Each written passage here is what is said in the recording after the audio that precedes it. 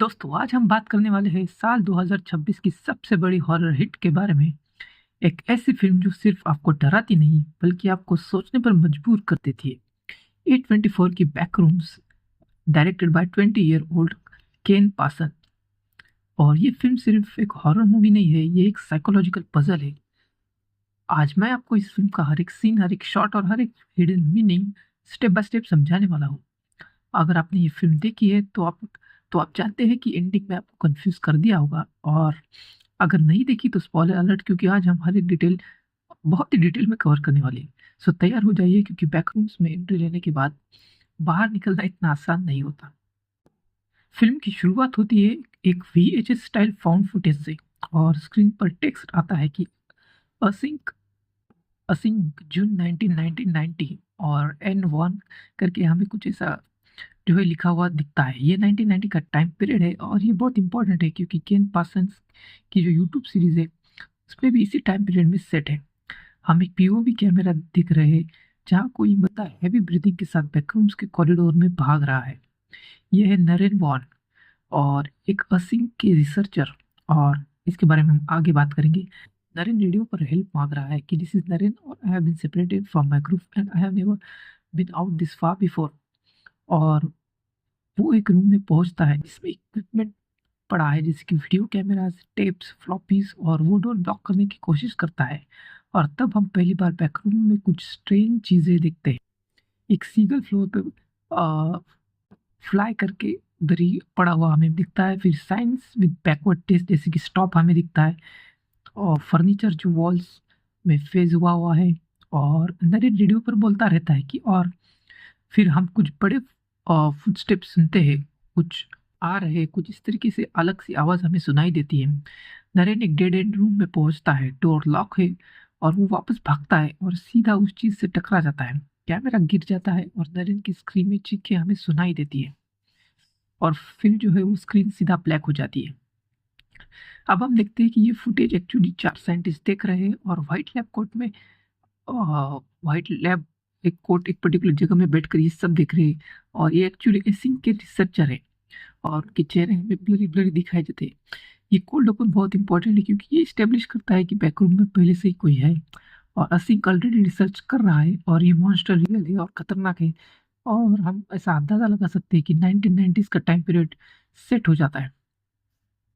और एक इम्पॉर्टेंट बात कि 10 दिन बाद जून 29 1990 में असिंक के CCTV कैमरा पर क्लार्क को बैकरूम्स में एंटर होते हुए और रिकॉर्ड किया जाता है। मतलब कि असिंक क्लार्क को पहले से ही मॉनिटर कर रहा था, ऐसा हम अंदाज लगा सकते हैं।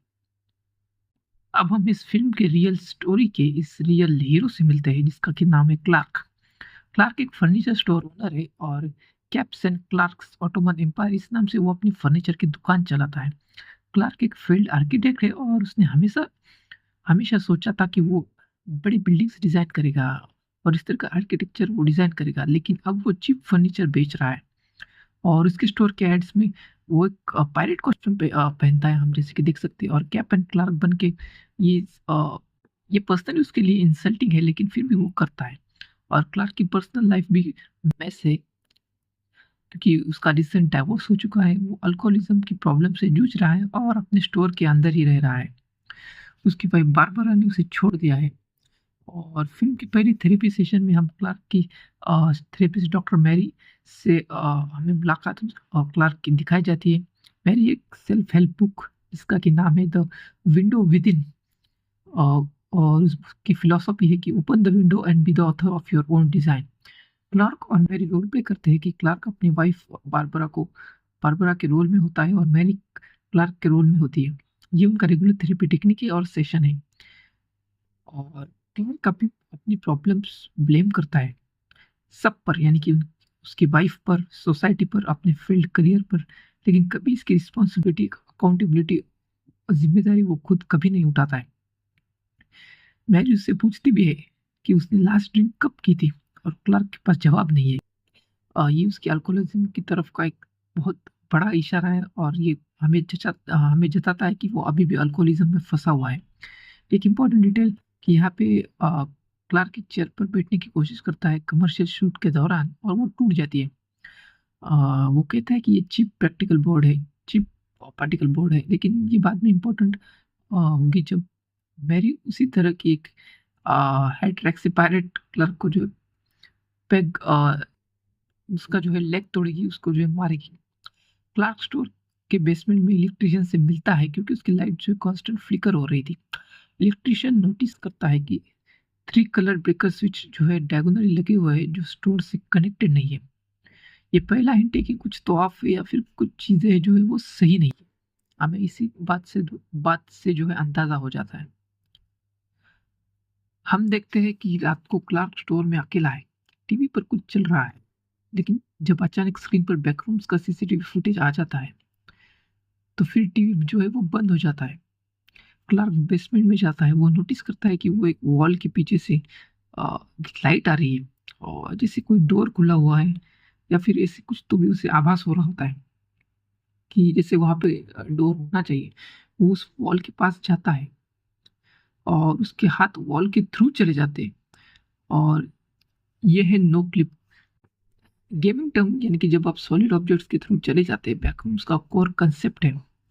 क्लार्क अंदर जाता है और बूम, हम पहली बार बैकरूम्स के जो है पूरा विजुअल एक्सपीरियंस करते हैं। जनरली वो पूरे येलो वॉल्स होते हैं और एक पुराना गीली कारपेट। उसके बाद हम देखते हैं कि फ्लोरोसेंट लाइट्स की कांस्टेंट बजिंग का आवाज हमें सुनाई देता है, हमें वो दिखाई देते हैं। एम्प्टी एंडलेस कॉरिडोर से स्कैटर्ड मालफॉर्म फर्नीचर हमें दिखाई देता है। जहाँ नजर जाए वहाँ पे हमें कुछ ना कुछ फर्नीचर, एम्प्टी हॉलवे, इस तरीके के नज़ारे हमें इस बैकरूम में जो है वो देखने को मिलते हैं। और क्लार्क एक रूम में पहुंचता है जिसमें कार्डबोर्ड कटआउट है। उस कार्डबोर्ड कटआउट में एक केवलमैन जैसा फिगर हमें दिखाई देता है और उसके पास कुछ एक रिकॉर्डिंग मटेरियल जिसमें हमें 55 लैंग्वेज में नियरली हेलो दिखाई देता है। और स्पेशल बात तो इसकी ये है कि ये वॉयजर जो कि सबसे farthest distant man made object है स्पेस में, जो कि ह्यूमन द्वारा भेजा गया है, उसमें भी सिमिलर तरीके का, यानी कि हमारी सबकी आवाज़ें वगैरह रिकॉर्ड करके भेजी गई है। तो यही वो रेफरेंस है। वो और एक्सप्लोर करता है और एक सीसीटीवी रूम जिसमें कैमरा वॉल पर लगा है। एक बैग मिलती है जिसमें टेप्स और फ्लॉपीज है। एक आईडी बैग जिसमें नरेन वॉन का जो है हमें आईडी दिखाई देता है, उसका नाम दिखाई देता है। उसके बाद शूज जो फ्लोर के थ्रू फंसे हुए, यानी कि वो अजीब किस्म के मतलब फंसे हुए रहते हैं, आधे बाहर आधे अंदर, इस तरीके का कुछ। उसके बाद फर्नीचर जो वॉल्स वो में मर्ज हो चुका है।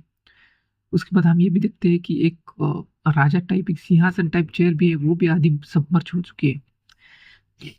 ये सब इस्टेब्लिश करता है कि बैकरूम्स में पहले से ही लोग आए हुए हैं, लेकिन शायद कोई वापस नहीं गया या फिर वापस नहीं जा सकते हो। और फिर क्लार्क कुछ सुनता है, फुटस्टेप्स, कि जैसे कोई है, कुछ बड़ा आ रहा है। वो भागता है, कैमरा शेक होता है और हम सिर्फ शैडोज देखते हैं। ये वही मॉन्स्टर है जो नलिन को मारा था शायद से। उसके बाद क्लार्क समहाउ वापस अपने स्टोर के बेसमेंट में निकल जाता है, लेकिन वो एक चेयर उठाता है प्रूफ के लिए, कि वो चेक करने के लिए कि वो सामान अंदर बाहर ला सकता है या फिर वो अंदर बाहर एक बार दो बार आ सकता है कि नहीं, फॉर दैट मैटर। जब क्लार्क मैरी को बताता है, वो कहता है कि I haven't had a drink in 3 days, मतलब वो एक रात नहीं बल्कि कई दिनों से बैकरूम जा रहा था, वो ऑलरेडी एडिक्टेड हो चुका था। मैरी इसकी स्टोरी बिलीव नहीं करती, वो सोचती है कि ये अल्कोहल विड्रॉल का हेलुसिनेशन है या फिर किसी तरह का उसका नाइटमेयर या फिर सपना भी हो सकता है।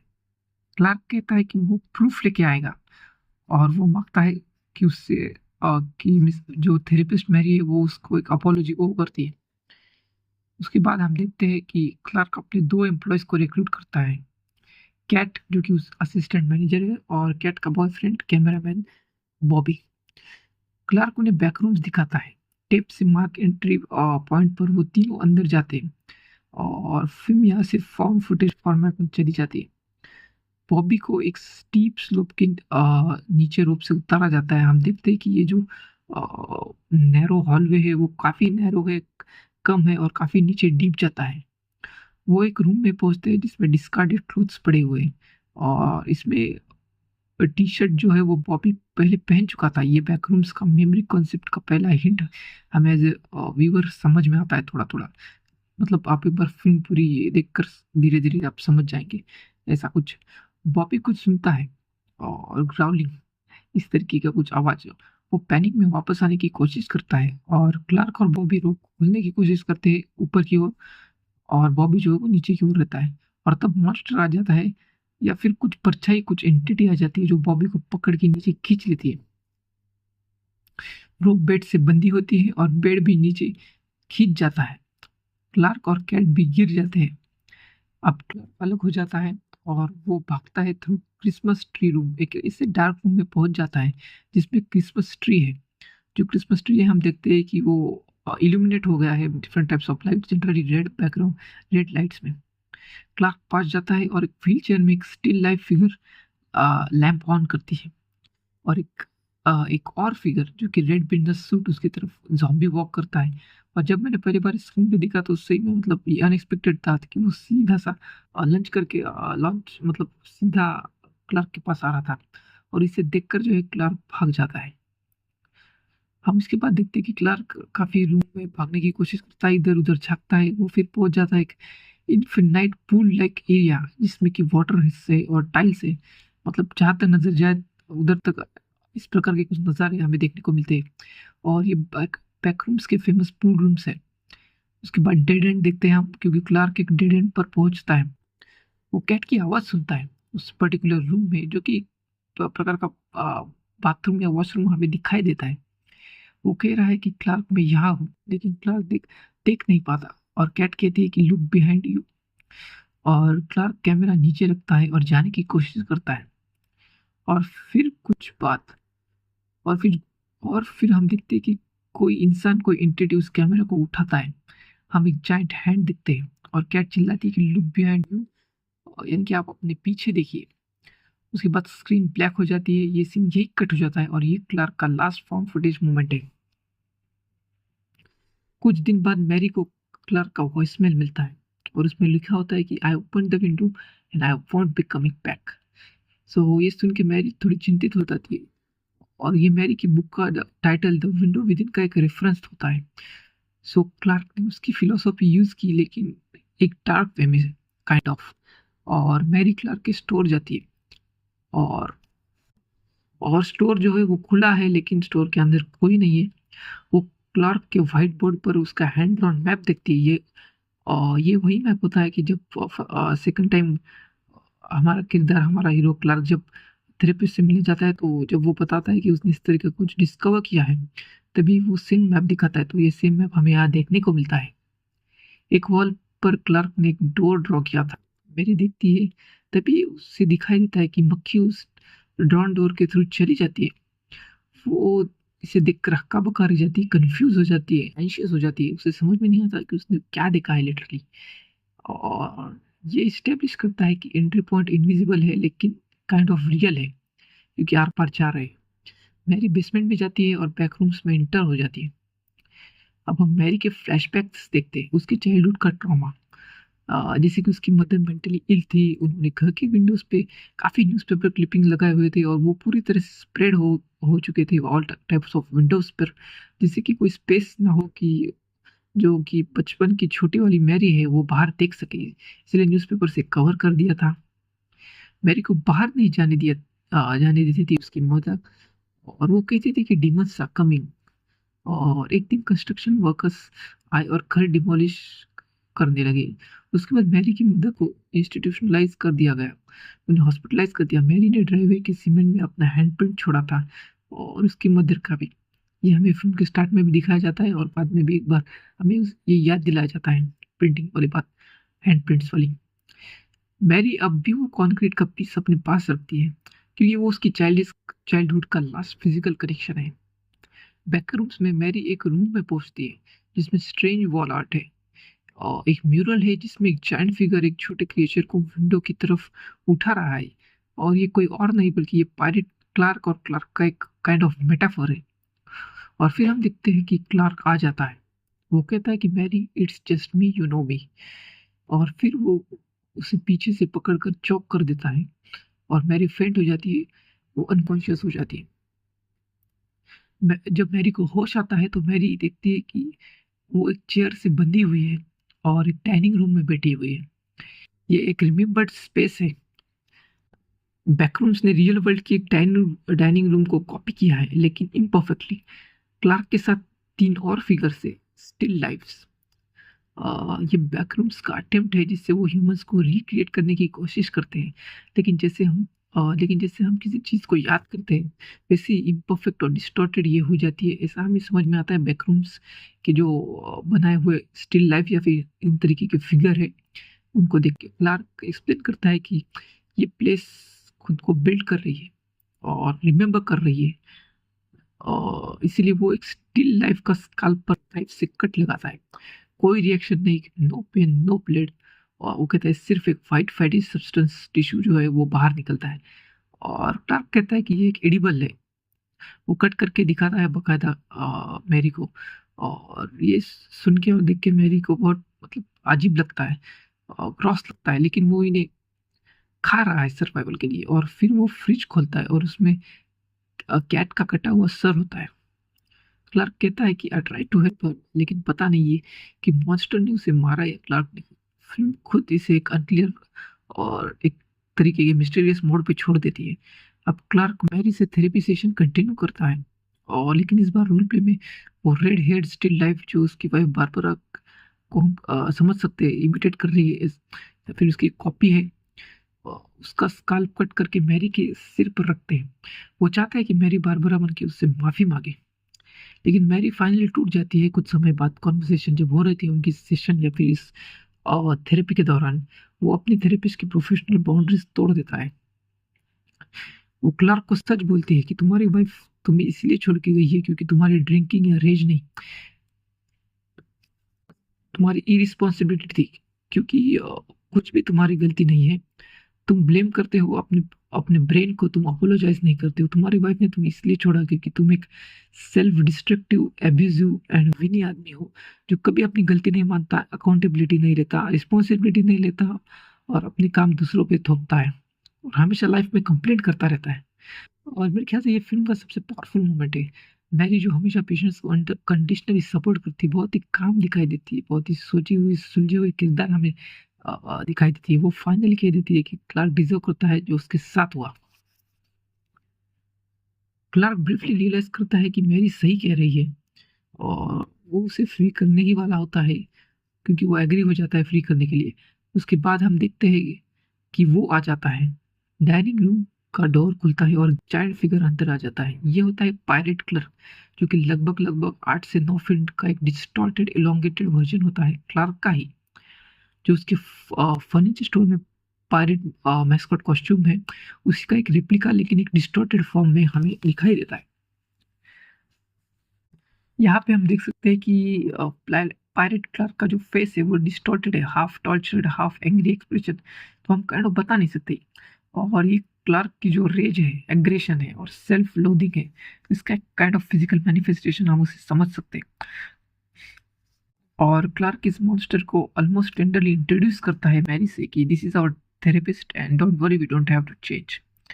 वो पायरेट क्लार्क को हक करने जाता है, अपनी डार्क साइड को एक्सेप्ट करने का एक जेस्चर, और पायरेट क्लार्क जो है उसका गला काट देता है लिटरली टीथ से, और ब्लड जो स्पिल हो जाता है, हम देख सकते हैं।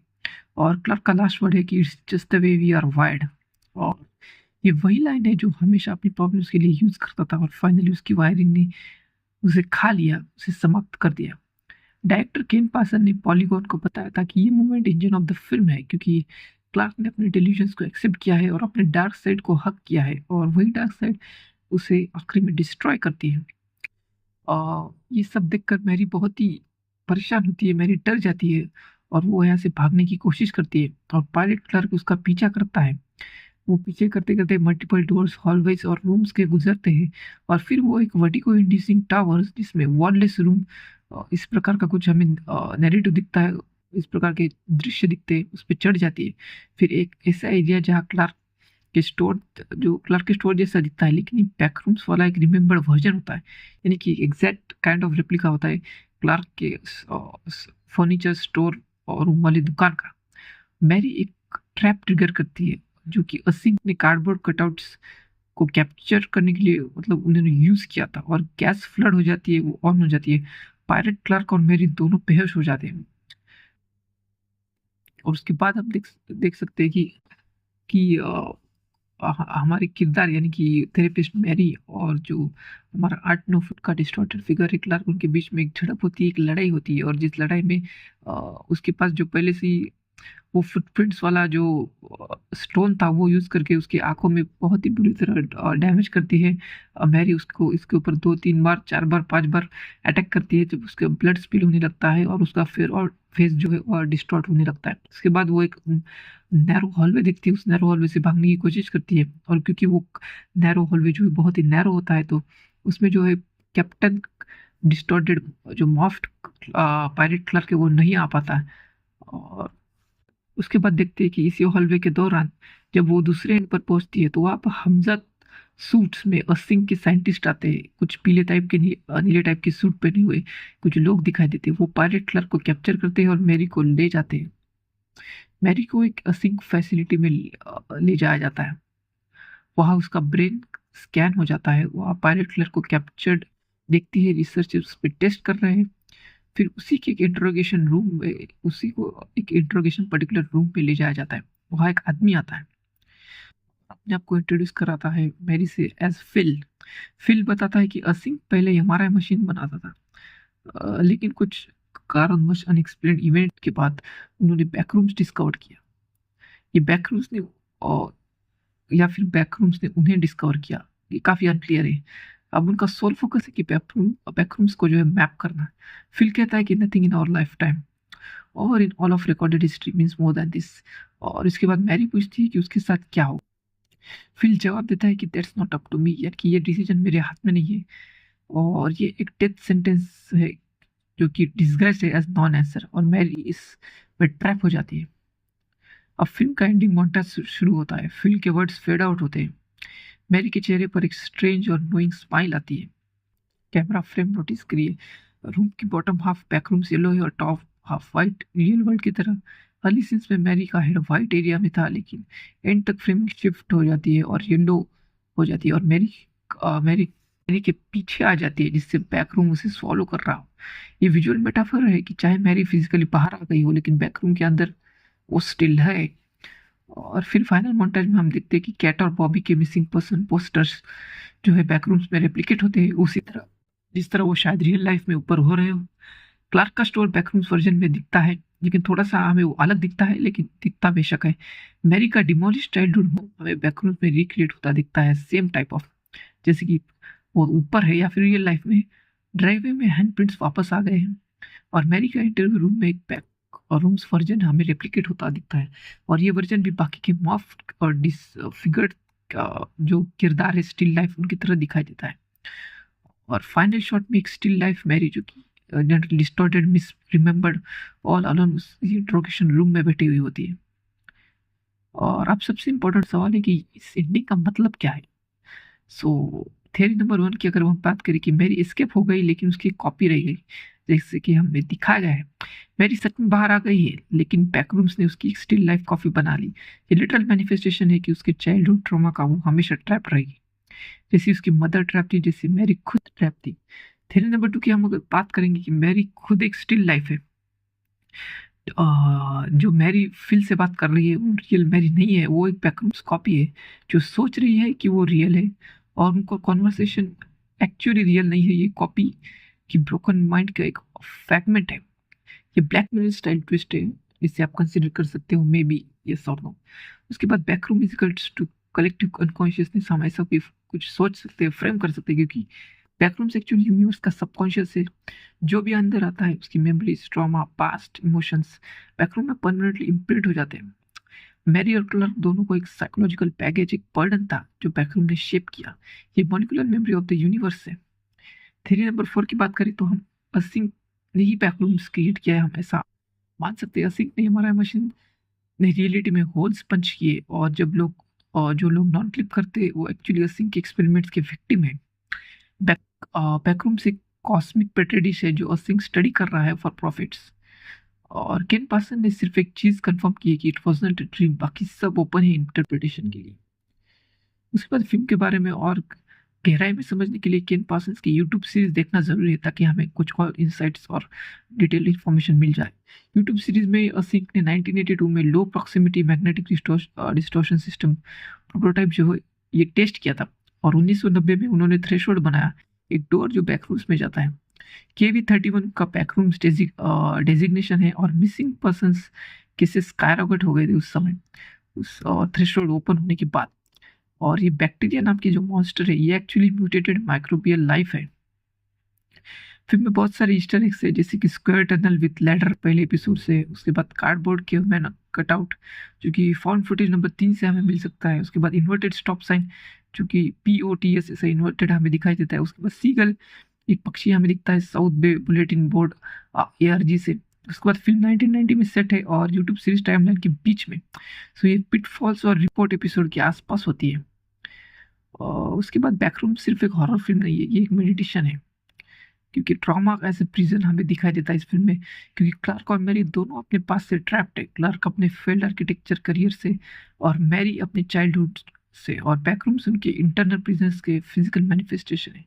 नंबर 2 बात करें तो मेमोरी एंड आइडेंटिटी, क्योंकि जो हम याद करते हैं वो इम्परफेक्ट होता है और बैकरूम उसे मिस रिमेंबर करता है, थोड़ा डिस्टॉर्ट करता है रियलिटी से। जैसे हम खुद अपने पास को मिस रिमेंबर करते हैं, हम कौन है ये हमारी मेमोरीज से डिफाइन होता है। इसके एस्केपिज्म वर्सेस रियलिटी, नंबर 3 पे बात करेंगे तो क्लार्क बैकरूम्स को रियल वर्ल्ड से एस्केप के लिए यूज करता है, लेकिन वो रियलाइज नहीं करता कि वो अपनी प्रॉब्लम से भाग रहा है। जब वो एक्सेप्ट करता है कि वो चेंज नहीं करना चाहता, तब उसकी डार्क साइड उसे खा जाती है।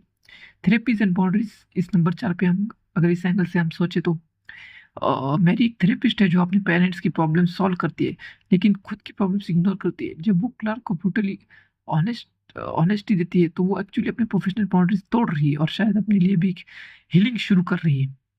और यहाँ पे दिखाया गया है कि limited space as existential dread, यानी कि बैकरूम्स हमें वो स्पेसेस याद दिलाती है जो हमें कुछ तो ऑफ लगता है। ये हमारे मॉडर्न लाइफ की एलिनेशन, थोड़ा सा हट के अलग ऑफिस कल्चर की मोनोटोनी और जो लेट कैपिटलिस्ट आर्किटेक्चर उसका एक काइंड ऑफ रिफ्लेक्शन है। केन पार्सन ने कंफर्म किया कि ये सिर्फ पहला पार्ट है, और उन्होंने कहा कि sequels are more than options, so it's been the intention since 2022. So the film is the first part in which I would desire to be several narrative steps, यानी कि वो प्लान कर रहे हैं कि शायद इस सीक्वल हो भी सकता है। पॉसिबल सीक्वल मेरे ख्याल से वो असिंग की बैक स्टोरी एक्सपांड करेंगे, या फिर जो मेरी है उसकी स्टिल लाइफ की स्टोरी को आगे बढ़ाएंगे, या फिर जो अदर बैकरूम्स लेवल है जैसे कि पूल रूम्स, नेबरहुड एक्सेट्रा, इनके बारे में हमें ज़्यादातर जानकारी मिलेगी, या फिर जो नरेन वॉन की मिस्ट्री है उसके बारे में हमें थोड़ा और डिटेल में मिलेगा, या फिर उसका एपिसोड हमें मिल सकता है, या फिर एक फुल स्टैंड अलोन फिल्म भी मिल सकती है, और बैकरूम्स का ओरिजिन और डिटेल में दिखाया गया है।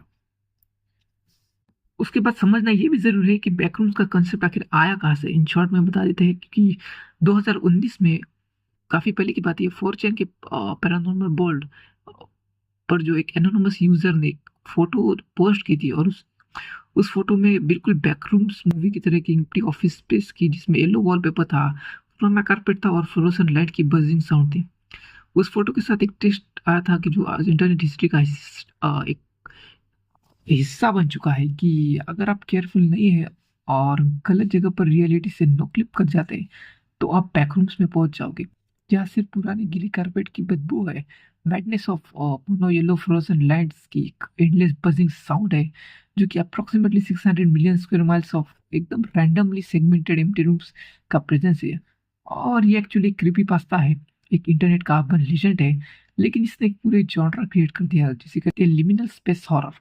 और एक्चुअली लिमिनल स्पेस वो जगह होती है जो ट्रांजिशंस में होती है काइंड ऑफ, क्योंकि जैसे एयरपोर्ट टर्मिनल्स या फिर एम्प्टी हॉलवेज, अबेंडेंड मॉल्स, जहाँ आपको लगता है कि कुछ तो ऑफ है यार, ये कुछ डिफरेंट है, लेकिन आप पता नहीं सकते। 2022 में 16 वर्षीय केन पार्सन ने यूट्यूब पर केन पिक्सल्स चैनल से अपना बैकरूम शॉर्ट फिल्म अपलोड किया था, द बैकरूम्स फाउंड फुटेज, और आज इस वीडियो पर 80 मिलियन प्लस व्यूज है। उसके बाद केन ने 25 प्लस एपिसोड बनाए, एक पूरा यूनिवर्स क्रिएट किया with async research institute, threshold और बहुत सारी मिस्ट्रीज।